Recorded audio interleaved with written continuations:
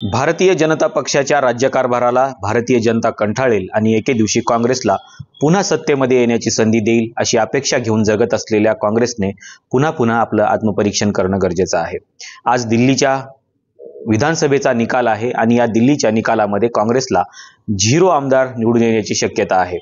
कारण दिल्लीमध्ये सध्या भारतीय जनता पक्षाचे उमेदवार सध्या लीडवरती आहेत आणि हे लीडवरती असताना काँग्रेस मात्र पत्रकार परिषद घेऊन हे सांगते आहे की ईव्हीएम मध्ये घोटाळा झालेला आहे। ईव्हीएम वरती खरं तर काँग्रेसने बोलूच नये, कारण त्याचा अधिकारच काँग्रेसला नाही आहे। कारण 2009च्या इलेक्शनमध्ये ज्यावेळेस लालकृष्ण अडवाणी यांनी इलेक्शन कमिशनकडे हरियाणाच्या निवडणुका आणि महाराष्ट्राच्या निवडणुका या बॅलेट पेपरवरती घ्याव्यात अशा प्रकारची मागणी केली होती, त्यावेळेस काँग्रेसनेच ही मागणी फेटाळून लावलेली होती। याच्या पूर्वीही जेवढी काही प्रकरणं सुप्रीम कोर्टामध्ये किंवा हायकोर्टामध्ये ईव्हीएमच्या बाबतीमध्ये गेलेले होते, त्यातल्या कुठल्याही न्यायालयीन प्रक्रियेमध्ये काँग्रेसने भाग घेतला नाही आणि ईव्हीएमला स्वतःहून विरोध केला नाही। ज्यावेळेस काँग्रेसची सत्ता भारतामध्ये येते त्यावेळेस काँग्रेसला ईव्हीएम चांगली वाटते आणि ज्यावेळेस काँग्रेसची सत्ता जाते त्यावेळेस ते ईव्हीएमला दोष देतात। ईव्हीएम मध्ये दोष असूही शकतो, ईव्हीएम मध्ये फ्रॉड असूही शकतो, परंतु काँग्रेसने मात्र यावरती बोलणं टाळलं पाहिजे। कारण ही ईव्हीएम काँग्रेसच्याच काळात आली, काँग्रेसच्या काळात ही अनेक लोकांनी याच्यावरती आक्षेप घेतले, अनेक लोकांनी निवडणूक आयोगाकडे अर्ज दाखल केले, अनेक लोकांनी निवडणूक निर्णय अधिकाऱ्याकडे अर्ज दाखल केले, पण यातल्या कुठल्याही अर्जाची दखल तत्कालीन परिस्थितीमध्ये काँग्रेसने घेतली नाही। आज परिस्थिती उलटी झालेली आहे। भारतीय जनता पक्ष सत्तेमध्ये आहे आणि काँग्रेसचे लोक या ईव्हीएमवरती आक्षेप घेत आहेत। काल राहुल गांधींनी दिल्लीमध्ये पत्रकार परिषद घेतली आणि पत्रकार परिषद घेऊनही त्यांनी महाराष्ट्रामध्ये ईव्हीएममध्ये कशा प्रकारचा घोटाळा झाला आणि महाराष्ट्रामध्ये अचानक जे मतदार वाढले त्या संबंधी त्यांनी भाष्य केलं। अचानक मतदार वाढले यावरती ते बोलू शकतात, तो त्यांचा नैतिक अधिकार आहे, परंतु ईव्हीएमवरती मात्र काँग्रेस बोलू शकत नाही। कारण ईव्हीएमच्या बाबतीमध्ये जो कायदा केलेला आहे तो कायदा काँग्रेसच्या काळामध्ये केलेला आहे। ज्या तक्रारी आलेल्या आहेत त्याच तक्रारी सेम काँग्रेसच्या काळामध्ये देखील आलेल्या आहेत आणि आजही येत आहे। त्याच्यामुळे ईव्हीएमचा फ्रॉड हा काँग्रेसने पुढे आणू नये किंवा काँग्रेसने याच्यावरती बोलूच नये। राहिला प्रश्न आता दिल्लीच्या किंवा महाराष्ट्राच्या विधानसभेच्या निवडणुकांचा की काँग्रेस पक्षापासून जनता दूर का गेली आहे याचं आत्मपरीक्षण काँग्रेसने स्वतः करणं गरजेचं आहे। आपल्याला माहिती आहे की काँग्रेस हा असा एकमेव पक्ष आहे ज्याला कार्यकर्ताच नाही। कार्यकर्ता असलेला पक्ष हा टिकून राहत असतो, कार्यकर्ता नसलेला पक्ष हा अशा प्रकारे संपुष्टात येत असतो। त्याच्यामुळे काँग्रेसकडे फक्त नेते आहेत, कार्यकर्ते नाही। भारतीय जनता पक्षाकडे नेते कमी आहेत आणि कार्यकर्ते जास्त आहेत, हे लक्षात घेतलं पाहिजे। महाराष्ट्रामध्ये आणखीन एक पक्ष असा होता ज्याच्याकडे कार्यकर्ते होते, नेते नव्हते, तो होता उद्धव बाळासाहेब ठाकरे यांचा शिवसेना पक्ष। यांच्याकडे कार्यकर्ते आहेत, नेते नाही, आणि जिथे कार्यकर्ते असतात तो पक्ष टिकून राहतो। परंतु काँग्रेस हा असा एकमेव पक्ष आहे सध्याच्या कालखंडामध्ये ज्याच्याकडे फक्त नेते आहेत, कार्यकर्ते नाही, आणि या नेत्यांच्या पाठीमागे कुठलाही जनाधार आता राहिला नाही। कारण यांच्या नेतेगिरीला आता लोक कंटाळलेले आहेत। तुम्ही जर बघितलं तर महाराष्ट्राची परिस्थिती तुम्ही बघा, महाराष्ट्रामध्ये तुम्हाला काँग्रेसचे कार्यकर्ते आढळणार नाहीत। सगळे हे स्वतःला नेते समजतात आणि नेते समजून राजकारण करण्याचा प्रयत्न करतात। त्यांना असं वाटतं की आम्हाला लोकांनी नेता समजावं आणि आमच्या पाठीशी लोकांनी उभं राहावं, पण ते शक्य नसतं। नेत्याने सुरुवातीला कार्यकर्ता झालं पाहिजे आणि कार्यकर्ता म्हणून लोकांमध्ये मिसळलं पाहिजे आणि मग आपली लीडरशिप पुढे आणली पाहिजे, परंतु असं होत नाही काँग्रेसमध्ये। काँग्रेसमध्ये प्रत्येक माणूस किंवा प्रत्येक व्यक्ती जी काम करते ती स्वतःला लीडर समजते, नेता समजते, परंतु या लीडरच्या किंवा नेत्याच्या पाठीमागे कुठल्याही प्रकारच्या कार्यकर्त्यांचा जनादेश नसतो आणि म्हणून अशी परिस्थिती निर्माण झालेली आहे। दुसरी महत्त्वाची गोष्ट म्हणजे काँग्रेसचा जो मूळ मतदार होता, हिंदू व्यतिरिक्त असलेला जो मुस्लिम किंवा ज्याला आपण दलित असं म्हणतो, तर हे दोन्ही वोटर्स जे आहेत हे वोटर्स आता काँग्रेसपासून निघून गेलेले आहेत, त्याच्या पाठीशी कोणीही राहिलं नाही। मुस्लिम मतदार जो आहे हा मतदार देखील आता भारतीय जनता पक्षाला पाठिंबा द्यायला लागलेला आहे। तुम्ही जर दिल्लीची परिस्थिती बघितली तर दिल्लीमध्ये मुस्लिम मतदारांनी देखील भारतीय जनता पक्षाला पाठिंबा दिलेला आहे। आम आदमी पक्षाचा पाठिंबा देखील त्यांनी काढून घेतलेला आहे। काँग्रेसचा परंपरागत असलेला मुस्लिम मतदारसंघ हा बाजूला गेलेला आहे। त्याचबरोबर जो काही दलित मतदार होता तो देखील 2014 पासूनच हळूहळू बाजूला गेलेला आहे।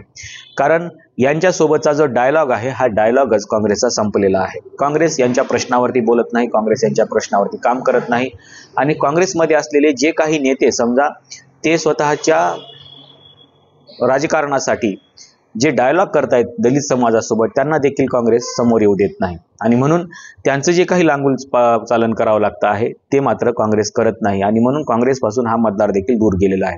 तुम्ही 2014ची परिस्थिती बघा, 2019ची परिस्थिती बघा किंवा 2024ची परिस्थिती बघा. शेड्यूल्ड कास्टच्या जागेवरती सर्रास भारतीय जनता पक्षाचे उमेदवार निवडून येतात.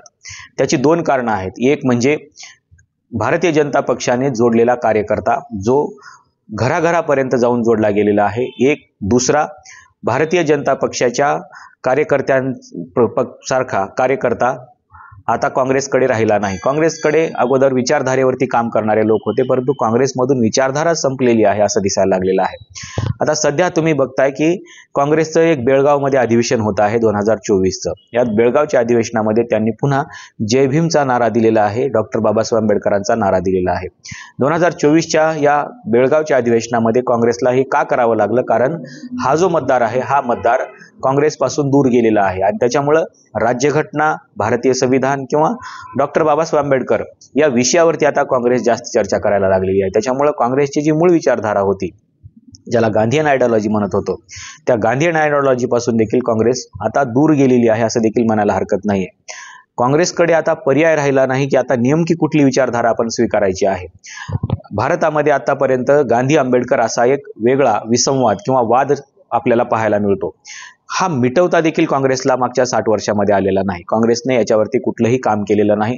खरं तर याच्यावरती अगोदर थेरॉटिकल काम करणं गरजेचं आहे आणि मग त्याला प्रॅक्टिकलमध्ये उतरवणं गरजेचं आहे. परंतु थेरॉटिकल काम करणारी काँग्रेसची टीमच नाही आहे. त्याच्यामुळं काँग्रेसमध्ये आता थेरॉटिकल कुठलंही काम होऊ शकत नाही आणि जोपर्यंत थेरॉटिकल काम होऊ शकत नाही तोपर्यंत त्याला प्रॅक्टिकलमध्ये तुमचा आणता येणार नाही. राहुल गांधींची भाषणं कितीही चांगली होत असली, राहुल गांधी कितीही चांगल्या पद्धतीनं थेअरी मांडत असले, राहुल गांधी कितीही सामाजिक न्याय परिषदामध्ये बोलत असले तरी त्याचा काहीही उपयोग होणार नाही. कारण तुमच्याकडे त्याची थेअरीच तयार नाही आहे, तुम्ही फक्त बोलायला लागलेले आहात. त्याच्यामुळं थेअरी जोपर्यंत तयार होत नाही तोपर्यंत प्रॅक्टिकलला अर्थ येत नाही आणि प्रॅक्टिकल तुम्हाला घेताही येत नाहीये. त्याच्यामुळं थेअरी बिघडलेली आहे, त्याच्यामुळं प्रॅक्टिकल बिघडणारच आहे. तुम्ही जर बघितलं तर काँग्रेसच्या थेअरीमध्ये यापूर्वी जे काही विचारधारा होती ती विचारधारा तुम्हाला पाहायला मिळत नाही. काँग्रेस फक्त आता एखादा चेहरा पैसेवाला उभा करायचा, त्याला निवडून आणायचं आणि काँग्रेस पक्ष टिकवून ठेवायचा या प्रक्रियेमध्ये आहे. आयडिओलॉजीवरती काम करणारे खूपच कमी लोक सध्या काँग्रेसमध्ये आहेत. त्याच्यामुळे काँग्रेसला अशा प्रकारची लीडरशिप ही अगोदर बाजूला करावी लागेल, जी लीडरशिप फक्त आणि फक्त राजकारणासाठी येते आहे, त्यांना कोणतीही आयडिओलॉजी नाही. त्याच्यामुळं अगोदर आयडिओलॉजी नसलेले लोक काँग्रेसमधून बाहेर काढावे लागतील आणि काँग्रेसला आपली एक आयडिओलॉजी फिक्स करावी लागेल आणि त्या आयडिओलॉजीवरती काँग्रेसला काम करावं लागेल. परंतु आता ही आयडिओलॉजी कोणती आहे हे अगोदर काँग्रेसला ठरवावं लागेल की आपली आयडिओलॉजी गांधीयन आयडिओलॉजी आहे का गांधी आंबेडकर आयडिओलॉजी आहे का गांधी आंबेडकर नेहरू आयडिओलॉजी आहे, हे आपल्याला अगोदर ठरवावं लागेल आणि हाच विचार काँग्रेसकडे नाही आहे. तुम्ही जर बघितलं असेल तर काँग्रेसमध्ये अगोदर जे लोक होते त्याच्यामध्ये बरेचसे विचारवंत होते, लेखक होते, साहित्यिक होते, इतिहासकार होते. परंतु आता मात्र काँग्रेसमध्ये असं कोणी राहिलं नाही, कारण काँग्रेसला या लोकांची गरजच वाटत नाही आणि म्हणून काँग्रेसला जो थेरॉटिकल बेस हवा होता तो थेरॉटिकल बेस आता संपलेला आहे. काँग्रेसकडे कोणत्याही प्रकारचा थेरॉटिकल बेस नाही आहे आणि त्याच्यामुळं काँग्रेसला जे प्रॅक्टिकल काम करायचं आहे ते प्रॅक्टिकल काम मात्र काँग्रेसकडून होणं शक्य नाही आहे. आता आपल्याला असं वाटू शकतं की आता कुठं आयडिओलॉजीचं राजकारण राहिलेलं आहे, पण आयडिओलॉजीचं राजकारण आहे हे लक्षात घ्या आणि ही आयडिओलॉजी पेरण्याचं काम भारतीय जनता पक्ष अतिशय प्रॉपर करतो आहे.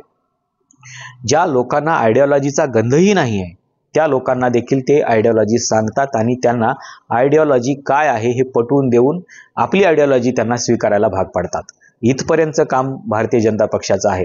काँग्रेसमध्ये मात्र असं आयडिओलॉजीवर बोलणारं कोणीही नाही. काँग्रेसवरचे लोक मात्र मोदीवर टीका करतील, अमित शहावर टीका करतील, ईव्हीएमवरती बोलतील, फ्रॉडवरती बोलतील, अशा बऱ्याचशा पैशावरती बोलतील, इलेक्ट्रॉल बॉन्डवरती बोलतील, कशावरही बोलतील, फक्त आयडिओलॉजीवर बोलत नाहीत.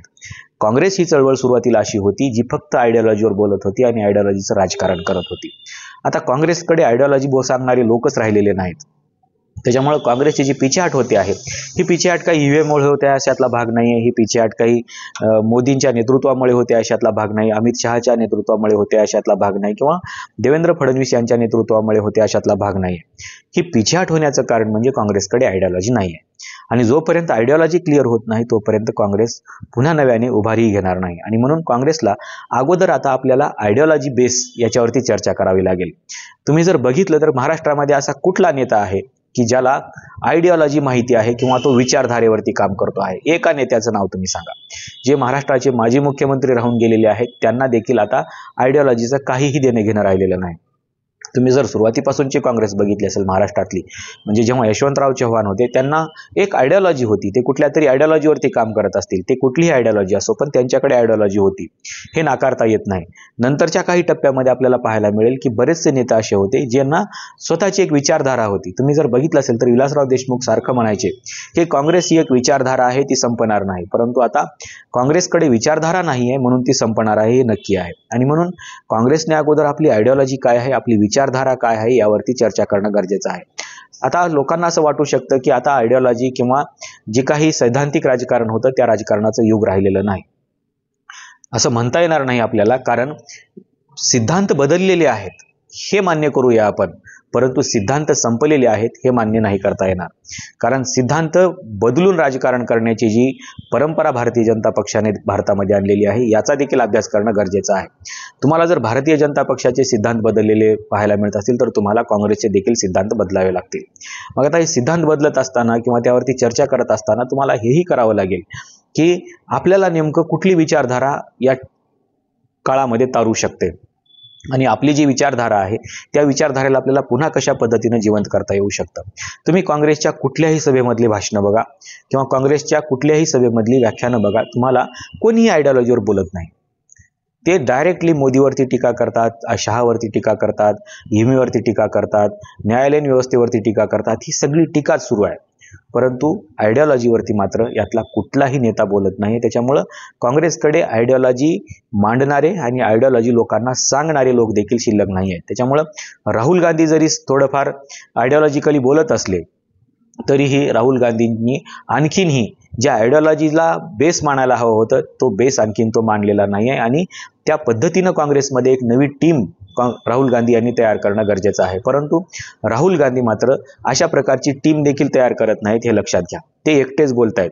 राहुल गांधीकडची जी टीम आहे त्या टीमला देखील आयडिओलॉजीवरती पॉलिटिक्स होऊ शकतं याच्यावरती विश्वासच राहिलेला नाही. त्याच्यामुळे राहुल गांधींचं पॉलिटिक्स देखील सध्या माघार येताना दिसतं आहे. आणि म्हणून दिल्लीच्या राजकारणामध्ये आज जे चित्र आपल्याला पाहायला मिळतं आहे तिथं फक्त भाषणं झालेली आहेत, कुठलीही आयडिओलॉजी सांगितलेली नाही.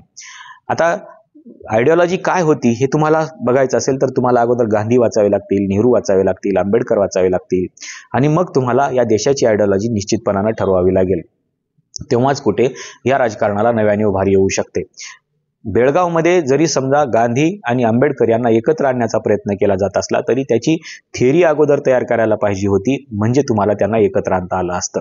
केवळ एखादी सभा घेऊन 4 भाषणं त्या सभेमध्ये करून गांधी आंबेडकर एकत्र येत नाही आहेत, तर त्याचा सिद्धांत तुम्हाला तयार करावा लागेल आणि त्या सिद्धांतावरती काम करून त्या सिद्धांताला तुम्हाला अप्लाय करावं लागेल. तेव्हा कुठे हे एकत्र येऊ शकतं आणि काँग्रेसचा जो दूर गेलेला मतदार आहे तो मतदार पुन्हा काँग्रेसकडे येऊ शकतो. अन्यथा काँग्रेसकडे इथून पुढे कुठलाही मतदार असणार नाही आणि काँग्रेसकडे कुठलीही विचारधारा देखील असणार नाही. त्याच्यामुळं काँग्रेसने येणाऱ्या 5 वर्षामध्ये आयडिओलॉजीवरती काम करणं गरजेचं आहे, तर कुठे 5व्या वर्षी त्यांना थोडंफार यश मिळू शकतं. आणि ही आयडिओलॉजीवरती काम करत असताना कुठल्या तरी एखाद्या सभागृहामध्ये व्याख्यान घेऊन चालणार नाही, तर त्याला प्रॉपरली त्याचं रायटिंग झालं पाहिजे, त्याच्यावरती चिंतनं झाली पाहिजे, बैठका झाल्या पाहिजे आणि त्या पद्धतीनं विचारधारा पेरणारी एक चांगली टीम काँग्रेसमध्ये तयार करणं गरजेचं आहे, तरच काँग्रेसला यश मिळू शकतं. अन्यथा कुठेही काँग्रेसला भविष्यामध्ये यश येणार नाही हे नक्की आहे. त्याच्यामुळं राजकारणासाठी आयडिओलॉजी ही महत्त्वाची असते. तुम्हाला नेमकं काँग्रेसच्या आयडिओलॉजीबद्दल काय वाटतं? काँग्रेसमध्ये आयडिओलॉजी आहे का किंवा काँग्रेसची आयडिओलॉजी आता संपुष्टात आलेली आहे का? नेमकं तुम्हाला काय वाटतं हे सांगायला विसरू नका. आजच्या व्हिडिओमध्ये इथेच थांबूया. धन्यवाद.